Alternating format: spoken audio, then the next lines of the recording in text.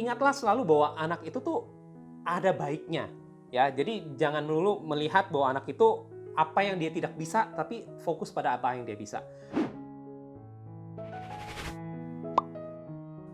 Halo orang tua tanam benih, terima kasih untuk pertanyaan Anda di Tanya Tanam Benih kali ini. Untuk tema kemandirian, berikutnya saya akan mencoba menjawab pertanyaan untuk anak-anak yang usianya mungkin sudah usia sekolah. Ya, karena saya ada beberapa pertanyaan yang masuk dari Ibu Aza, Ibu Davina, Ibu Siti Rohayati, dan Ibu Eci. Ini semua dari usia sekolah, jadi dari usia sekitar 6 tahun lebih sampai sekitar 9 tahun. Nah, jawaban saya ini mungkin bisa dipakai sampai kurang lebih 12 tahun ya.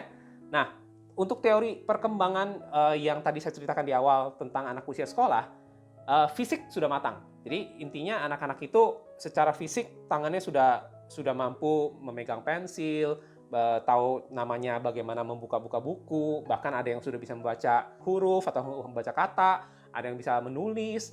Hanya ada anak-anak tertentu kadang-kadang yang memang masih perlu dilatih. Jadi enggak, ini otomatis langsung semua anak harus begitu, enggak. Secara kognitif atau secara pemikiran otaknya, anak itu tuh sudah bisa berlogika sederhana. Dia sudah bisa tahu bahwa, oh ini A, setelah A itu B, setelah B, C, itu bisa. Tapi itu secara bertahap juga, nggak langsung semuanya. Jadi dari mungkin kelas 1 SD, mungkin baru bisa satu tahap. Nanti kelas 3 SD bisa 2-3 tahap. Nanti kelas 6 SD udah bisa bertahap-tahap dan bahkan bisa kita berargumentasi. Nah, dan untuk psikososialnya, dia sudah mengerti orang-orang sekitarnya. Dan dia sudah mengerti bahwa kalau saya melakukan ini baik, saya bisa mendapatkan penghargaan ini, saya bangga. Ya, itu dia sudah mulai bisa. Anaknya sudah mulai menunjukkan bahwa dia mengerti apa itu yang pencapaian dan apa itu artinya bangga. Rasa bangga, rasa bersyukur, itu sudah ada. Anak-anak udah ada value-value seperti itu. Jadi sebenarnya bagaimana kita sebagai orang tua membantu anak-anak kita menjadi mandiri, ya. Kita coba mengambil resource atau sumber-sumber yang ada dari rumah. Jadi bukan kita mengandalkan misalnya pihak luar ya, misalnya dari sekolah, dari gurunya, dari guru les, dari teman, enggak. Kita coba mengambil sumber daya yang ada di rumah, ya. Jadi saya akan coba menceritakan apa sih yang bisa dikerjakan, ya. Contoh, ya secara fisik. Jadi Ibu Davina sempat menanyakan bagaimana sih cara mengajar anak mandiri di usia 7 tahun. Dan Ibu Eci yang untuk anak 9 tahun. Nah, untuk 7-9 tahun, masing-masing anak tuh masih ada yang secara motoriknya tuh berkembang. Ya, jadi secara motorika itu dia masih perlu dibantu walaupun sudah bisa semuanya, tapi masih perlu penyempurnaan. Jadi misalnya pegang pensil udah bisa, tapi cara pegang pensil belum terlalu benar, itu masih bisa dibenarkan gitu ya. Dan juga kalau dia naik usia ke 10-12 tahun, untuk beberapa anak perempuan itu sudah mulai menstruasi. Jadi secara fisik itu tubuhnya udah berbeda dan mungkin itu akan berpengaruh ke hal-hal lainnya juga dalam pertumbuhannya. Ya. Nah, pembiasaan atau latihan rutin atau pemberian jadwal kepada anak-anak ini penting. Karena di sini mereka juga karena fisiknya udah bisa, jadi mereka bisa menjalankannya dengan lebih rapih dan bisa menjalankannya itu dengan lebih baik. Tetapi tergantung juga masing-masing anaknya, karena memang ada anak-anak tertentu yang perlu lebih banyak dilatih untuk bisa lebih rapih. Ya, nah kembali ini juga kita sebagai orang tua harus berkaca ya. Kita nggak rapi, tapi kita berharap anak kita rapi. Atau kita saking rapihnya, kita berharap semua orang itu rapi. Nggak bisa. Karena setiap orang itu memang berbeda. Lalu saya coba menjawab Ibu Asa yang tentang psikososialnya. Jadi Ibu Asa bertanya tentang bagaimana mengingatkan anak untuk yang usia 6,3 tahun, kalau dia pikirnya main aja gitu, dan untuk mengingatkan untuk mengembangkan minat dan untuk belajar. Nah, bermain itu sebenarnya untuk anak-anak itu adalah proses belajar juga. Banyak sekali pelajaran dalam bermain, khususnya kalau misalnya sedang tatap muka bermain itu tentunya banyak hubungannya dengan bagaimana mereka berkolaborasi dengan orang lain, bagaimana dia bisa bersepakat, teamwork, bagaimana dia menunjukkan kepemimpinannya gitu ya. Itu semua muncul di bermain. Nah, memang kadang-kadang dengan sekolah yang sangat akademis, kadang-kadang bermain itu nggak nyambung dengan pelajarannya. Jadi apa yang bisa kita lakukan sebagai orang tua? Kita bisa sama-sama membantu anaknya itu untuk bagaimana dia bisa membuat pelajarannya itu semacam permainan. Jadi pada saat dia harus menghafalkan semacam pelajaran, jangan buat pelajaran itu menjadi membosankan. Jadi kita coba melihat bagaimana pelajaran ini bisa dibuat menyenangkan. Hafalan-hafalan tertentu yang membosankan, mungkin kita buat jembatan keledai yang lebih menarik, sehingga anaknya itu akan tertarik untuk mendengarkan, atau kita bikin cerita-cerita yang lucu, yang berhubungan dengan pelajaran yang dia pelajari, sehingga pelajaran itu untuk menarik diulangi.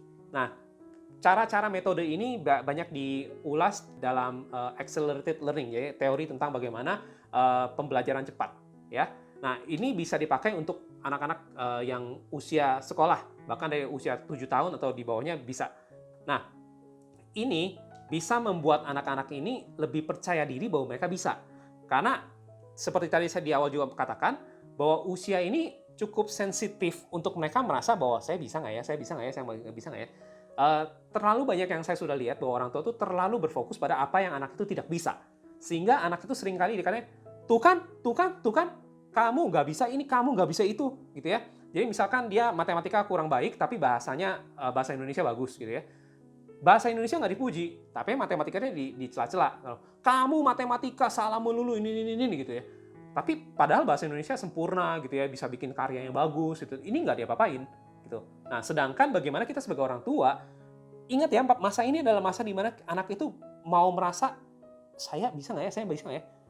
Kalau kita balik caranya dan kita katakan bahwa wah bahasa kamu bagus sekali ya, ini matematika. Mari kita cari cara untuk buat kamu seperti bahasa Indonesia. Itu berbeda bahasanya jadinya. Jadi bagaimana kita bisa membantu anak ini dengan kekuatannya dia untuk menutupi kelemahannya. Karena memang tidak semua anak itu baik di matematika atau tidak semua anak itu baik di dalam bahasa. Pasti ada plus minusnya. Ada anak-anak tertentu yang memang dilahirkan bisa semuanya. Tapi seperti yang kita pernah tahu juga, banyak yang pelajaran semua baik, tetapi dalam praktek pada saat bekerja kan juga belum tentu bisa dipraktekkan. Ya, jadi semua itu seimbang. Kemudian ingatlah selalu bahwa anak itu tuh ada baiknya. Ya, jadi jangan melulu melihat bahwa anak itu apa yang dia tidak bisa, tapi fokus pada apa yang dia bisa. Dan bermain itu bisa, ya. Dan untuk anak yang laki-laki khususnya seperti yang di pertanyaan Bu Aza, ini anak laki-laki itu sebenarnya baru bisa kita bicara pada saat itu kita bermain dengannya. Jadi kita lebih sulit untuk mengajak anak laki-laki itu berbicara muka dengan muka. Hei nak, ini ya, ayah ingin katakan sesuatu. Wah, ini lebih sulit dibandingkan kalau misalnya kita sedang bermain. Baik mau main video game atau mau sambil berolahraga, jogging pagi atau sambil main badminton atau apapun itu, sambil berkegiatan bersama, main congklak kayak atau apa gitu ya. Itu sambil bicara, enak, ini kamu kemarin yang ini matematika emang apa sulitnya ini kamu main monopolinya atau main ininya jago lu padahal. Oh, di situ baru anak bisa bercerita. Lalu secara kognitif, ini saya mau coba menjawab Ibu Siti Rohayati ya. Kita perlu melihat seberapa jauh anak ini siap dengan pelajaran yang ada. Ya, karena kadang-kadang ada pelajaran-pelajaran tertentu yang memang secara kognitif lebih menantang. Contohnya memang matematika adalah salah satu pelajaran secara kognitif itu lebih menantang karena perlu ada anak yang sudah sampai pertumbuhan tertentu di bagian otaknya yang dia baru bisa lebih menyerap. Nah, contoh ya, untuk otak bagian depan, prefrontal cortex ini, itu benar-benar baru bertumbuh pada saat anak-anak itu udah usia sekitar 17-18 tahun. Dan itu baru akan sempurna pada saat itu usia 20-an.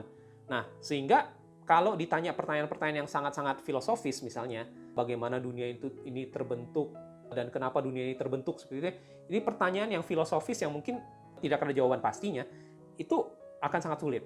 Ya, mungkin matematika dengan berbagai penurunan-penurunannya itu tidak semua anak juga bisa menjabarkan. Nah, ini makanya kenapa untuk beberapa anak latihan-latihan ini akan membuat mereka lebih baik. Kadang-kadang ada beberapa anak yang memang mengerti logikanya, latihannya tidak perlu terlalu banyak, tapi mereka ngerti logikanya. Nah, kita perlu lihat secara kognitif mereka sudah bertumbuh di mana. Nah, kalau kita mau bilang, jadi kita bagaimana buat anak kita bisa belajar mandiri? Nah, kita cari tahu dulu yang mana yang dia bisa belajar mandiri, yang mana dia tidak bisa belajar mandiri. Karena memang ada anak tertentu yang sampai akhir matematikanya tetap harus dibantu. Ada anak tertentu yang sampai terakhir cara bikin kalimat yang bagus itu perlu dibantu. Ya, kita perlu bantu dulu, apalagi khususnya ini untuk usia sampai 12 tahun ya. Kita bantu dulu, kita lihat kekuatannya di mana. Kita perlu melatih mereka untuk menggunakan kekuatan mereka, menutupi kelemahan mereka. Karena tidak semua anak itu memang bisa semua subjek. Dan kita sebagai orang tua juga tidak berharap bahwa semua anak kita semuanya paling top. Ya. Itu akan sangat menekan pada anak-anak itu. Terima kasih untuk orang tua tanam benih untuk berbagai pertanyaannya berkenaan dengan topik kemandirian. Kami tunggu untuk pertanyaan-pertanyaan Anda berikutnya. Sampai jumpa.